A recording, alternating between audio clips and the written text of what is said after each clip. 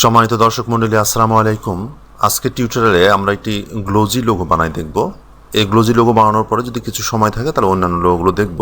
তো আমি কাজ শুরু করছি। কাজ শুরু করার জন্য প্রথমতই আমি এটা কপি করে নিচ্ছি। এখান থেকে আমি শুধুমাত্র ওয়ার্ড শব্দটা নিব, এটা আমি ডিলিট করে দিলাম।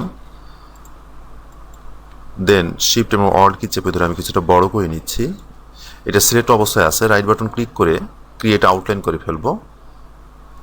দেন এটা সিলেক্ট থাকা অবস্থায় আমি অবজেক্টে যাচ্ছি, অবজেক্ট থেকে পাথ, অফসেট পাথ, এখানে প্রিভিউ চেকমার্ক করে নিব এবং প্রয়োজন মতো এটা আমরা কত মোটা বা চিকন রাখতে চাই সেটা করব। আমি 8 পিক্সেল রাখছি, দেন ওকে করে দিলাম।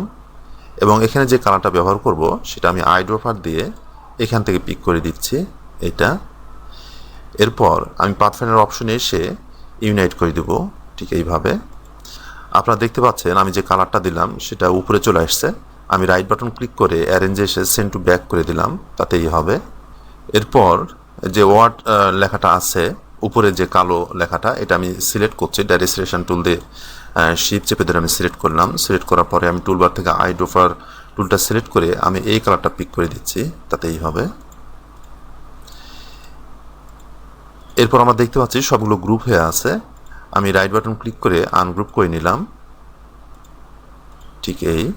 এরপর নিচের যে গাঢ়, আমি কন্ট্রোল প্লাস করে জুম করে নিচ্ছি। নিচে যে গাঢ় নীল রঙের বা নেভি ব্লু যে কালারটা আছে এটা আমি সিলেক্ট করলাম। সিলেক্ট করার পর আমি পাথফাইন্ডার অপশনে এসে ডিভাইড করলাম এবং ইউনাইট করে দিলাম, তাতে এর মাঝে ও এর মাঝে এবং ডি এর মাঝে যে গ্যাপগুলো ছিল এগুলো পূরণ হয়ে গেল। এরপর নিচেরটা সিলেক্ট থাকা অবস্থায় আমি অবজেক্টে যাব, অবজেক্ট থেকে পাথ এবং অফসেট পাথ এই অপশনে এসে আমি প্রিভিউ চেক মার্ক করে নিচ্ছি। এরপর এখানে আমি কিছুটা কমাই নিচ্ছি, আমি 450 রাখলাম, দেন ওকে করলাম।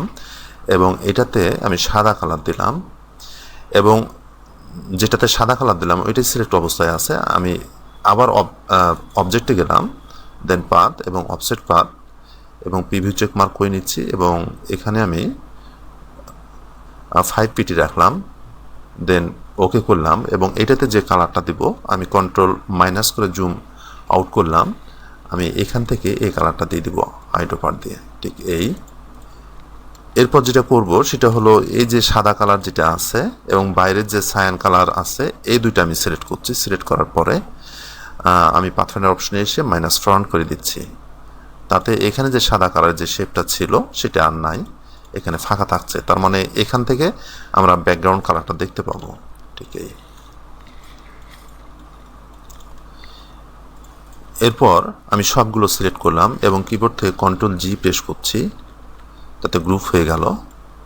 এটা সিলেক্ট থাকা অবস্থায় আমি ইফেক্টে যাব, ইফেক্ট থেকে 3D, এখান থেকে রোটেট এই অপশনে আসছি। দেন আমি প্রিভিউ চেক মার্ক করে নিব এবং এখান থেকে ফন্ট যে অপশন এটা প্রথমত আমি সিলেক্ট করব। আমি এটাকে কিছুটা যে জমিনের উপর পড়ে আছে এমন দেখাবে এ ধরনের লুক দিতে চাচ্ছি।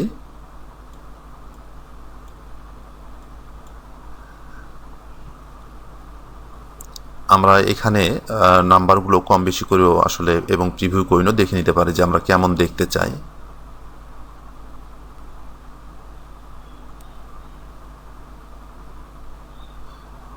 তো আমি এমন রাখতে চাচ্ছি, দেন ওকে করলাম। এরপর অবজেক্ট থেকে এক্সপ্যান্ড অ্যাপিয়ারেন্স করে ফেলব এবং রাইট বাটন ক্লিক করে আনগ্রুপ করে নিব। আবার আনগ্রুপ করে নিচ্ছি, আনগ্রুপ না, এখানে রিলিজ ক্লিপিং মাস্ক করে নিলাম।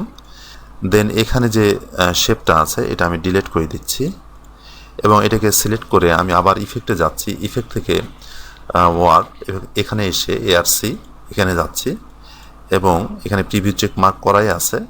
এখানে দেখতে পাচ্ছেন অনেক বাঁকা হয়ে গেছে, আমি এত বাঁকা করতে চাচ্ছি না, হালকা একটু বাঁকা রাখতে চাচ্ছি। আর এর জন্য এখান থেকে আমি এখানে ক্লিক করে জাস্ট মাউসটা ঘোরাচ্ছি, তাতে কম বেশি হচ্ছে। আমি 6% রাখলাম। আর এখান থেকে আমি কিছুটা এদিকে না, আমি এদিকে মোটা করব, এদিকে কিছুটা চিকন করব, এই জন্য এখানে মাইনাস ভ্যালু আমি করে দিব, ঠিক এমন। এরপর ওকে করে দিলাম। এটা সিলেক্ট অবস্থায় আছে, আমি অবজেক্টে যাচ্ছি, অবজেক্ট থেকে এক্সপ্যান্ড অ্যাপিয়ারেন্স করে ফেলবো, তাতেই হবে।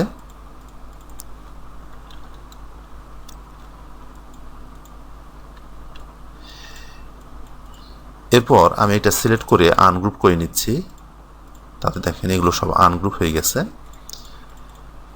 এরপর আমি টুলবার থেকে ইলিশ টুলটা সিলেক্ট করলাম, সিলেক্ট করার পরে এর উপরে আমি র্যান্ডমলি এভাবে ড্র করছি। আমি যাতে ভালোভাবে বুঝতে পারি এই জন্য আপাতত আমি স্টোয় কালারটা নিলাম এবং এটা কিছুটা আমি রোটেট করে নিচ্ছি ঠিক এইভাবে।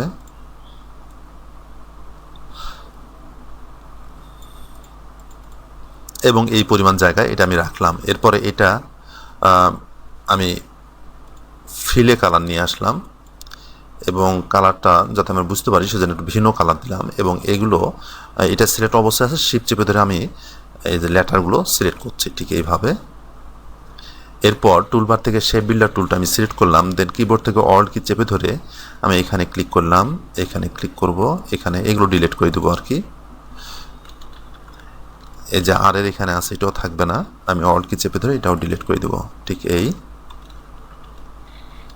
এরপর আমি যে লাল শেপগুলো আছে এগুলো আমি সিলেক্ট করে নিচ্ছি, শিফট চেপে ধরে সিলেক্ট করলাম, দেন কিবোর্ড থেকে কন্ট্রোল জি প্রেস করলাম এবং এটাতে যে কালারটা আমি দিব সেটা হচ্ছে এই কালার। আমি আইড্রপার দিয়ে কালারটা দিয়ে দিচ্ছি, এটা একটা গ্রেডিয়েন্ট কালার এবং গ্রেডিয়েন্ট টুল ব্যবহার করে এটার অ্যাঙ্গেল আমি ঠিক করে নিচ্ছি ঠিক এইভাবে।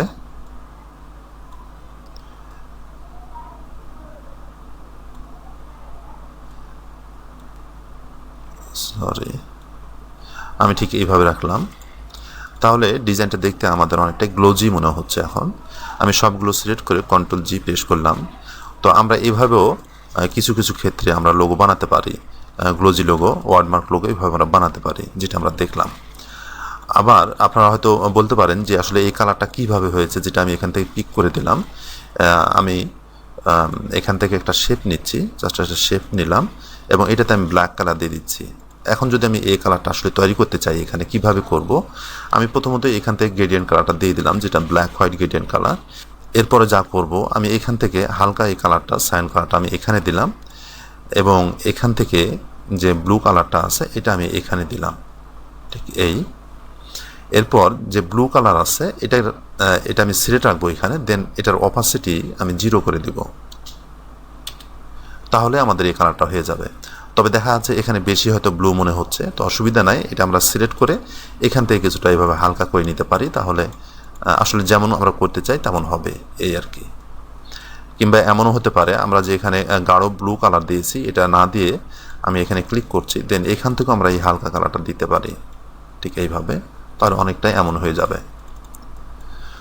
তো যা হোক, আমরা দেখলাম যে ওয়ার্ডমার্ক লোগোর জন্য আমরা এই ধরনের গ্লোজি লোগো বানাতে পারি এবং কীভাবে বানাতে পারি সেটা আমরা দেখলাম কয়েকটা ইফেক্ট ব্যবহার করে। এরপরে এমনও হতে পারে, আমি এখান থেকে এটা কপি করে নিচ্ছি, আর এই ক্ষেত্রে ওয়ার্ড যে শব্দটা এটা আমি ডিলিট করে দিচ্ছি এবং মার্ক কথাটাকে রাখছি এবং এটাকে ক্রিয়েট আউটলাইন করে ফেললাম।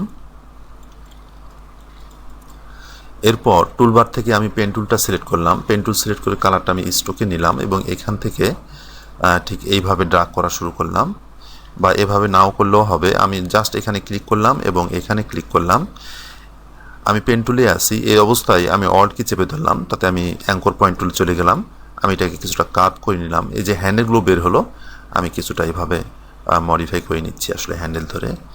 এরপরে আমরা এখান থেকে রিলিজ হয়ে আমরা ডাইরেক্ট সিলেকশন টুলে চলে যেতে পারি এবং এটা যদি আমরা আরও কিছু মডিফাই করতে চাই তাহলে করতে পারি, যে আমরা এটা কেমন দেখতে চাই। তো আমি এমন রাখছি,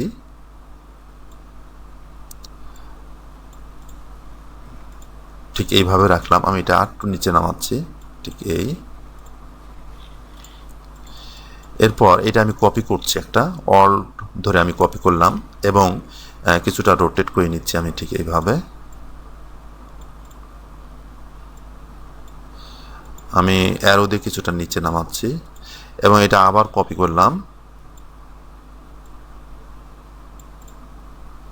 এবং কিছুটা রোটেট করে আর একটু রোটেট করব। সবগুলো সিলেক্ট করে আমি কিছুটা উপরে উঠাই নিচ্ছি।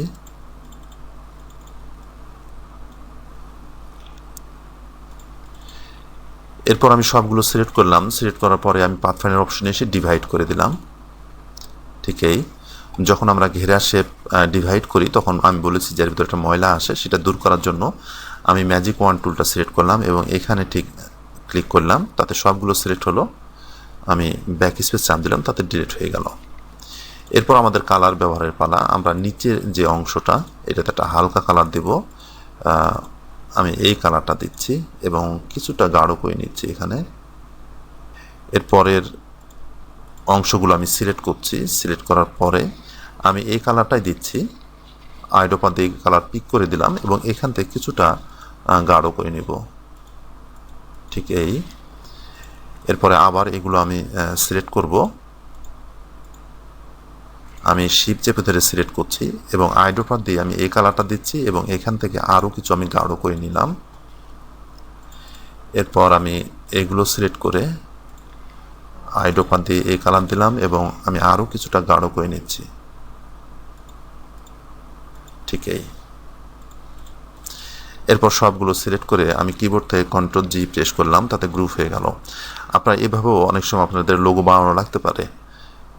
তো এটাও একটা ওয়ার্ডমার্ক লোগোর মধ্যে পড়ে, তবে এটা বেশি যার জন্য প্রযোজ্য হয় আসলে যদি ওয়েব, ঢেউ, পানি, রিভার, ওসান, এগুলোর ক্ষেত্রে আমার মনে হয় এই ধরনের শেপগুলো আমরা ব্যবহার করতে পারি, এই ধরনের ডিজাইনগুলো আমরা ব্যবহার করতে পারি নিঃসন্দেহে। তো আমি এটা রেখে দিলাম। এরপরে আরেকভাবে আমরা গ্লোজি লোগো বানাতে পারি। আমি এখান থেকে এটা কপি করে নিচ্ছি এবং এক্ষেত্রে আমি শুধুমাত্র ওয়ার্ড শব্দটাকে নিলাম এবং ক্রিয়েট আউটলাইন করে ফেললাম। এরপর এটিকে সিলেক্ট করে আমি আনগ্রুপ করে নিচ্ছি। দেন অবজেক্টে যাচ্ছি, অবজেক্ট থেকে পাথ এবং অফসেট পাথ এই অপশনে এসে আমি এখানে প্রিভিউ চেক মার্ক করে নিচ্ছি এবং এখানে যে প্লাস ভ্যালু আছে এটা আমি মাইনাস ভ্যালু করব। -2 পিক্সেল আমি করলাম, বা 3 পিক্সেল না 2 পিক্সেল রাখছি। দেন ওকে করে দিলাম। এবং আমরা চাইলে এখানেও কিছু গ্লোজি কালার আমরা ব্যবহার করতে পারি। আর এর জন্য আমি যে সোয়াচ প্যালেট আছে এখানে সোয়াচ লাইব্রেরি মেনু এখানে ক্লিক করলাম। দেন এখান থেকে গ্রেডিয়েন্ট এবং এখান থেকে মেটাল যে গ্রেডিয়েন্ট আছে এটা আমি সিলেক্ট করছি এবং এটাতে আমি একটা কালার দিয়ে দিলাম, র্যান্ডমলি একটা কালার দিলাম। এবং গ্রেডিয়েন্টের যে অ্যাঙ্গেল এটা আমি ঠিক করার জন্য গ্রেডিয়েন্ট টুলটা সিলেক্ট করলাম। আমি শিপ চেপে ধরে নিচ থেকে উপরে ঠিক এভাবে ড্রাগ করছি, তাতে যে চকচকে যে ভাবটা সেটা মাঝখানে থাকলো আর দুই সাইডে গাঢ় হয়ে থাকলো। আমি এইভাবে রাখছি, ঠিক এই।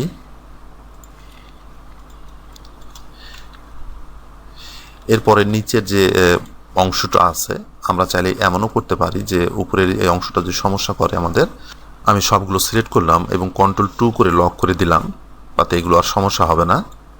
আমি কন্ট্রোল জেড করছি, এরপরে সবগুলো আমি সিলেক্ট করলাম, তার মানে নিচের কালোগুলো সিলেক্ট হলো এবং এখান থেকে আমি একটা গেট এন্ড কালার দিচ্ছি, স্টিল কালার দিয়ে দিলাম, ঠিক এই। আমি আর বিশেষ কিছু করতে যাচ্ছি না, আমি এটা কেটে দিলাম। এরপরে এটা আমাদের দেখতে বা বুঝতে একটু সমস্যা হচ্ছে, তার আগে এটা যে আমরা লক করে রেখেছিলাম সেটা কন্ট্রোল অল্টার 2 করে আনলক করলাম এবং সবগুলো সিলেক্ট করে কন্ট্রোল জি প্রেস করলাম, তাতে গ্রুপ হয়ে গেল। এর নিচে যদি আমরা একটা ব্যাকগ্রাউন্ড ব্যবহার করি তাহলে এটা আমরা সহজে বুঝতে পারবো। ব্যাকগ্রাউন্ড কালার আমরা কালো দিয়ে দিচ্ছি এবং রাইট বাটন ক্লিক করে অ্যারেঞ্জ এসে সেন্ড টু ব্যাক করে দিলাম, তাহলে এটা আমরা সহজে বুঝতে পারবো। তো এভাবেও আমরা গ্লোজি লোগো, 3D লোগো আমরা বানাতে পারি। তো বন্ধুরা, এ পর্যন্ত আপনারা দেখলেন 3 ধরনের গ্লোজি লোগো আমরা কীভাবে বানাতে পারি। তো আজকে এই পর্যন্তই। সামনে টিউটোরিয়াল পর্যন্ত ভালো থাকেন, সুস্থ থাকেন এই কামনা করছি। আসসালামু আলাইকুম।